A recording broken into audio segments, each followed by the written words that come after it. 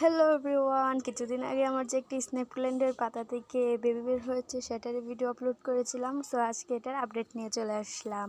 আর দেখো, প্রথমে আমার কলিয়াস গাছটা খুবই সুন্দর লাগতেছে। এটাতে দেখো রোদের কারণে পাতাগুলো একদম লাল হয়ে রয়েছে। তারপর দেখো এই যে স্নেক প্ল্যান্টের পাতাটা বেবিটা যে বের হয়েছে এটা অনেক বড় হয়ে গিয়েছে দেখো।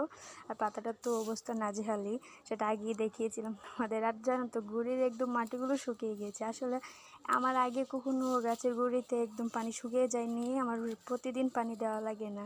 কিন্তু এখানে কয়েকটা গাছ আনার পর থেকে সবগুলো গাছের গুঁড়ে একদম শুকিয়ে যায়, কারণ কিছুদিন ধরে বৃষ্টি হয় না, তাই সো পানিও দেওয়া হয় না।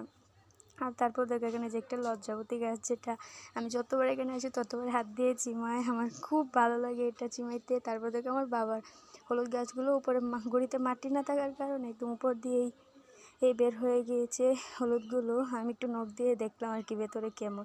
আর সবগুলো অবস্থা তো খুবই নাজেহাল, কারণ এগুলোতে পানি দেওয়া হয় না, তাই একদম নাজেহাল হয়ে গেছে শুকিয়ে। তারপর আমি ভাবলাম আমার সবগুলো টবের গাছে পানি দিয়ে দিই। তো প্রথমে স্নেক প্ল্যান্টে, তারপর জেব্রিনাম, তারপরে যে লন্তি, এটাকে আমাদের এখানে লন্তি বলা হয়।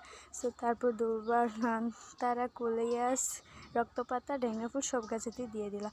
আরেকটা বিষয় হচ্ছে, ডেঙ্গা ফুল গাছে এত ছোটোটাই কলি চলে আসছে যে আমি কল্পনাও করিনি। আরেকটা বিষয় দুঃখের, সেটা হচ্ছে আমার যে দুর্বা গাছগুলো লাগিয়েছিলাম একটা গাছও এখানে নেই, সবগুলো ডাল 2-3টে পড়ে রয়েছে। সো তারপর আমি একটু লজ্জাবতীর গুঁড়িতেও পানি দিয়ে দিলাম, না হলে এটা আবার মারা যাবে। আর তারপর রিলিক্স, সো দুটার গুঁড়িতে পানি দিয়ে দিলাম। সো তারপর আমি এখান থেকে বের হয়ে গেলাম। সো আজকের ভিডিওটা এই পর্যন্তই।